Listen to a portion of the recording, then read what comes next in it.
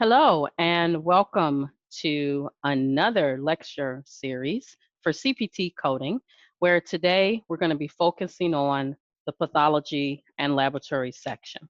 Path and Lab, as it is affectionately known, begins on page 521 in your 2020 CPT manual. Now, what you'll want to note is from pages 522 to 539, we have what are known as molecular pathology gene tables. We're not going to start there. Rather, we're going to start on page 540.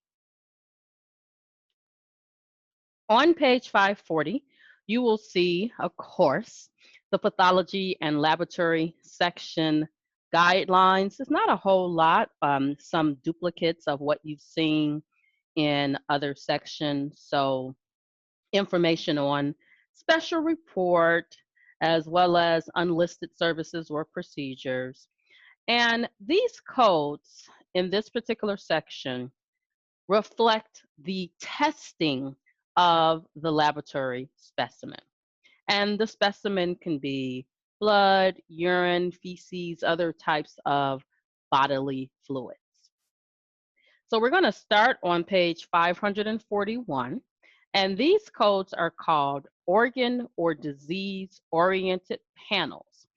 And panels are groups of tests that are combined together to reflect screening or diagnoses for a particular condition. So what you'll want to notice, and if you take a look at the first code, 847, these codes are for a basic metabolic panel. And code 847 includes ionized calcium, carbon dioxide, chloride, creatinine, glucose, potassium, sodium, and urea nitrogen. So instead of reporting those individual codes, if the doctor wants a basic metabolic panel with all of those tests, you report that one code. Now, what happens if the provider wants tests above and beyond what's in the panel? You can code those separately. What if the provider wants all of the tests that are in the panel with the exception of one? You would still code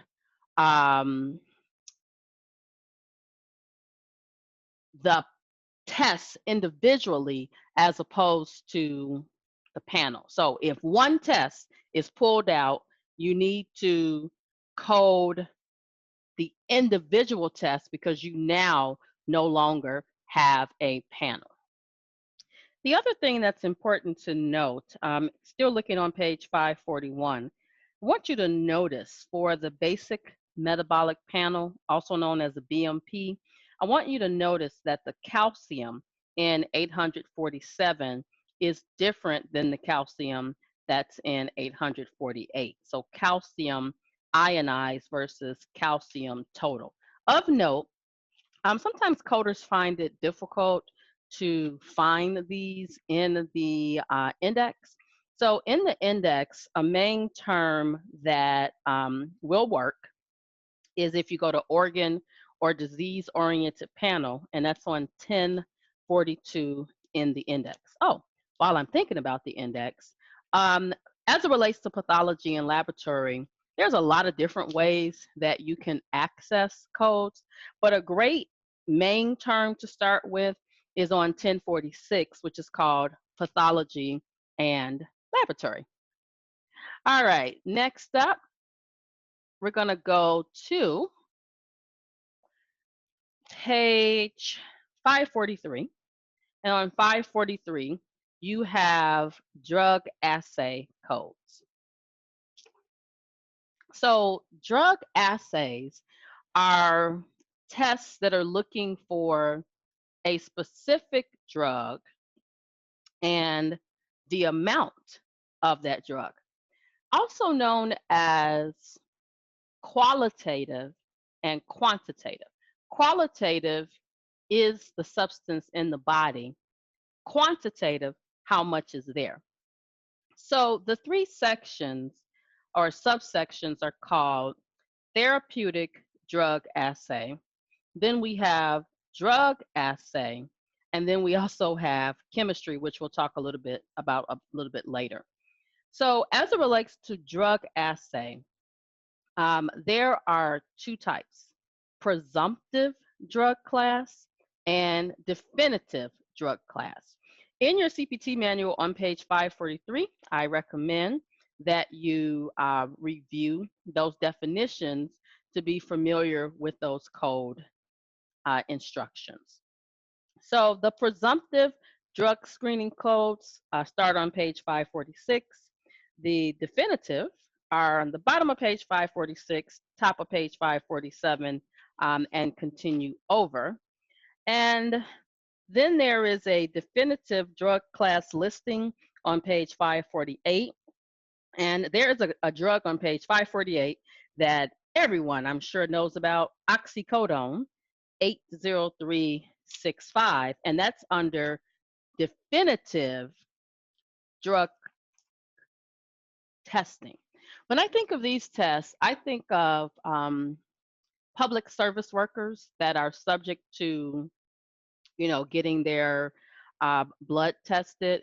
And a lot of times, what happens is they'll have what I like to call a protocol set up. They want to know if that drug is there, and then they want to know how much of that drug is there. All right. Next up, oh, you know what? Let's go back because I want to talk about one more thing. Page 550, therapeutic drug assays. And therapeutic drug assays are performed to help the physician monitor the level of medication that's actually in the patient's system, so that patient is actually, on that medication on a regular basis. Or, guys, they could also look at, is this patient compliant? So, sometimes a patient is told to take a medication twice a day. They only take it once a day, or they take it every other day. So the therapeutic drug assay will determine how much of that drug is in the patient's system. And this will let the doctor know if the patient was actually taking the medication as prescribed. Next up, we're going to go over to page 553, which is for evocative suppression testing. And these are codes 80400 through 80439. And these codes are designed to measure the effect of evocative or suppressive agents on chemical constituents. So, for example, the very first code, 80400, is reported when we have a patient that undergoes testing to determine whether or not ACTH, that's adrenocorticotropic hormone, is being produced in the body, because the patient may have adrenal gland insufficiency. And so the provider can determine that condition with this testing.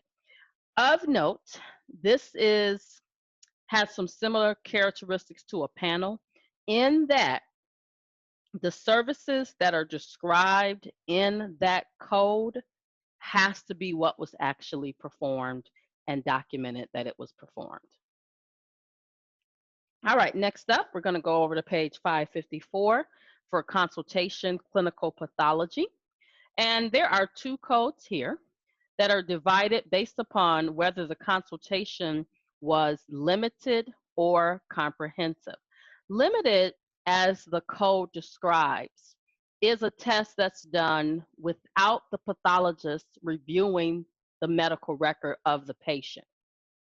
Comprehensive consultation, however, the medical record is reviewed as a part of the consultative services. Now, whether these codes are submitted to a third party or not, a written report is going to be required to support that this service was provided. Next up, still on page 554, we have urinalysis, also known as UA. There's a couple of things you want to note here. Number one, you'll notice that code 81000 says urinalysis by dipstick or tablet reagent.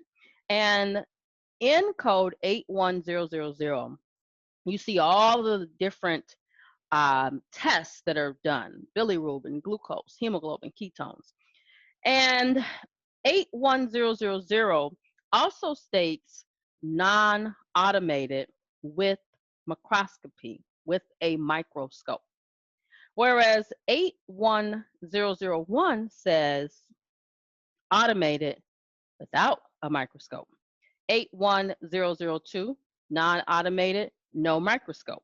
81003 automated without a microscope. So you have to know if your test is automated as well as if a microscope was used. Then after that, you have other urinalysis tests, qualitative or semi-qualitative, except immunoassays. Then you have a bacteria screen with 81007, which is followed by microscopic only, 2 or 3 glass tests. So other different types of testing methods. After that, on page 555, you have molecular pathology. So remember those gene tables that we saw at the beginning? This is related to those. So the molecular pathology codes are actually divided into what are known as Tier 1 and Tier 2 codes. Tier 1 codes report molecular assays that are more commonly performed. So one test that you probably have heard about on the, watching TV, a commercial, breast cancer gene, BRCA1, BRCA2, that is actually Tier 1. And there are many conditions in which patients may be genetically predisposed, and they can be predicted with these molecular pathology codes. So, conditions like cystic fibrosis or colon cancer. Tier 2 codes are less commonly performed, and are arranged by the required level of technical resources and physician support that is required. Next up, we're going to go over to page 588. And on page 588, that's where we're going to see our chemistry codes. So chemistry codes are for specific tests that are performed on material from any source. So urine, blood, feces, breath tests, sputum. And so these particular tests are divided based upon the test name. They are actually, if you look on page 588, outside of the first 2 codes, these codes are in alphabetical order. And so here, you're also going to notice that they're divided based upon the testing method, and other specific characteristics that you'll want to zero in on. Another example, if you look at code 82105, which is alpha fetoprotein, you'll notice that there's 2 alpha fetoprotein options. 82105 is for serum, and 82106 is for amniotic fluid. All right, next up, we're going to go over to page 599. Yep, all of those for chemistry codes in alphabetical order. So after that, on page 599, you have hematology and coagulation. These codes are divided based upon blood drawing methods as well as tests. And the method is actually, the method used to perform the test is basically going to determine code assignment. So if you look on page 599, if you look at code 85004, you'll notice that that is a blood count. and it's an automated differential WBC count. But then if you look at 85007, you'll notice that that is a blood smear, but so is 85008. So what's the difference? 85007, blood smear microscopic examination without a manual WBC count, whereas 85008, microscopic examination, so with manual differential WBC count without manual differential WBC count. So one of the things you probably have heard me mention previously was about underlining and bubbling your CPT manual. This is a perfect example of something that um, I would actually capture as a highlight in my book. All right, and then if you go down to 85025, this is where we have a complete blood count, also known as a CBC, complete blood count. What I want you to notice here, if you look at 85025, you have included automated hemoglobin, hematocrit, RBC, WBC, platelet, and automated differential WBC count. But when you go over to 85027, complete automated, and it includes hemoglobin, hematocrit, red blood cell, white blood cell, and platelet count, but notice no differential WBC count. So just like the rest of the CPT code set, details are critical to code assignment. Next up, on page 601, we have immunology tests. These codes are designed to report the identification of conditions of the immune system that's caused by some type of reaction of antibodies. So on page 601, you'll see words like IgE and IgG, and that has to do specifically with this particular specialty. Next up, on page 607, we have transfusion medicine. And these codes are designed to report tests performed on blood and blood products. These tests include the screening of the blood. So sometimes when patients are having surgery, the doctor will say, determine the blood type. They might say type and cross, type and screen. And that's because they want to figure out what the patient's blood type is in the event that they need to give the patient blood during the surgical procedure. And sometimes the patient will do what's known as autologous blood donation. And that's when they're actually um, donating blood to be used for themselves during the surgical procedure. All right, next up on page 608, we have microbiology. And this particular subset of codes reports the study of microorganisms and includes the study of bacteria, fungus, as well as parasites and viruses. Next up on page 616, you have your anatomic pathology. These codes are designed to report examination of body fluids or tissues in post-mortem examination, so after death. And post-mortem exam includes the completion of gross, that's the naked eye, microscopic, and limited autopsies.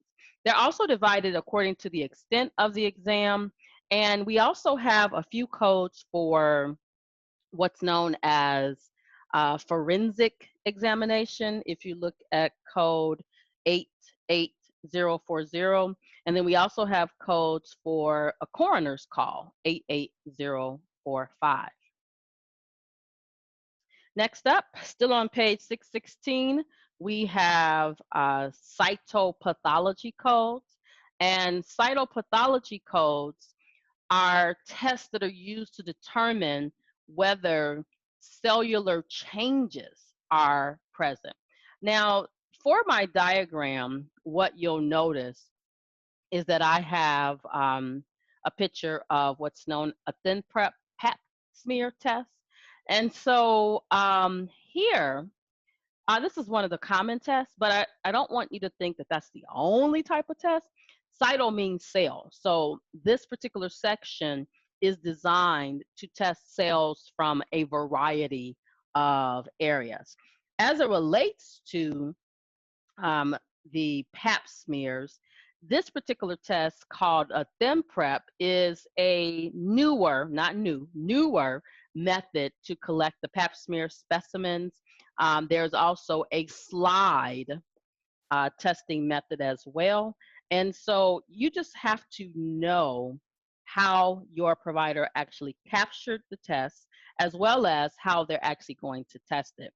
And the codes are divided with specific characteristics that you'll want to take note of. Next up on page 618, we have cytogenic studies, and these codes include tests performed for genetic and chromosomal studies. So if you look at the codes themselves, you'll see things like DNA, RNA, different types of cell testing, and they're looking again for abnormalities. Next up on page 619, you have surgical pathology. So let's spend a little time talking about surgical pathology because there's a lot of things going on here. So number one,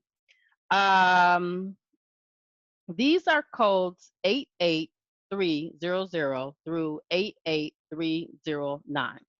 And according to the CPT manual, these codes include accession, examination, and reporting.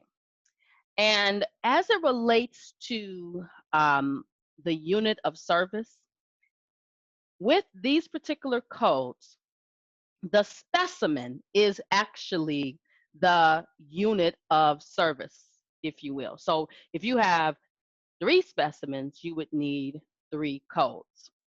All right, so I want you to take a look at code 88300. This is our surgical pathology code for gross examination only. And gross examination means that the doctor is looking at the naked eye, okay? And then the subsequent codes after that, 88302, that's for gross and microscopic. So if you look at 88302, you'll notice it says level 2. And if you turn over to page 620, it says level 3, level 4, page 621, there's level 5. And then on page 622, you see level 6. And this is going to be important because if you're in the index and you're looking up surgical pathology, you're just going to see, they're going to give you the codes for those 6 levels. But in order to select the code, you have to know where your specimen came from. So for example, if you look on page 619, you'll see level 2, surgical pathology, gross and microscopic examination. And so you'll see appendix incidental. Stop there. Turn the page, 620, and for level 3, you see appendix other than incidental. So you'll have to know if the appendix was removed on purpose or if it was incidental, as that is going to impact the level that is selected. Now stay on page 620.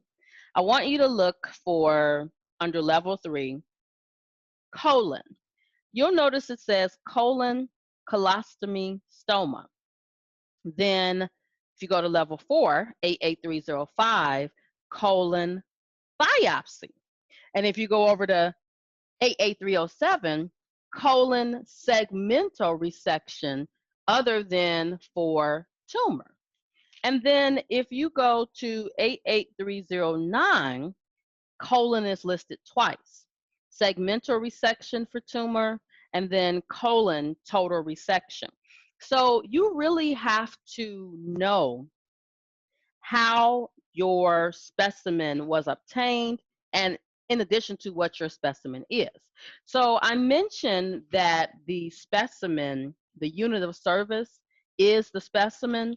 So if you have a patient that has, let's see, a colon biopsy, but then they also have a biopsy of the small intestine, those are both 88305. But if you have small intestine in one container, colon biopsy in another container, you would actually report to 88305. Now, other services that are in this particular code family, if you go over to page 622, you have 88329, pathology consultation during surgery. And this is the patient is on the table and the pathologist is sent the specimen to review and provide analysis. So you'll notice 88329 says just a consultation during surgery, but 88331 says first tissue block with frozen section single specimen. So this means that the pathologist is taking that specimen,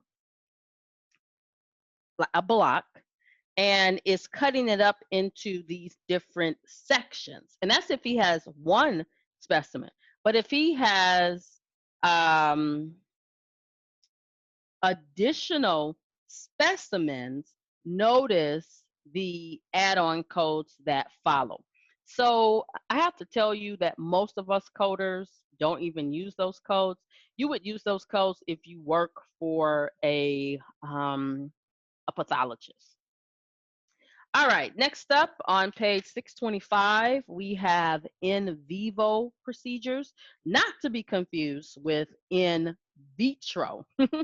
Here you have what are known as transcutaneous laboratory procedures. Trans means through or across, cutaneous means skin. And so just a couple of options here, bilirubin, hemoglobin, and then an unlisted in vivo service. Lastly, we have our reproductive medicine procedures. And here, still on page 625, you're going to see codes for embryo transfers, egg identification, preservation of embryos, sperm, isolation of sperm. So the providers that are like the fertility specialists, they would actually be using this particular family of codes. All right, well, this has been your pathology and laboratory section lecture. Thank you for listening.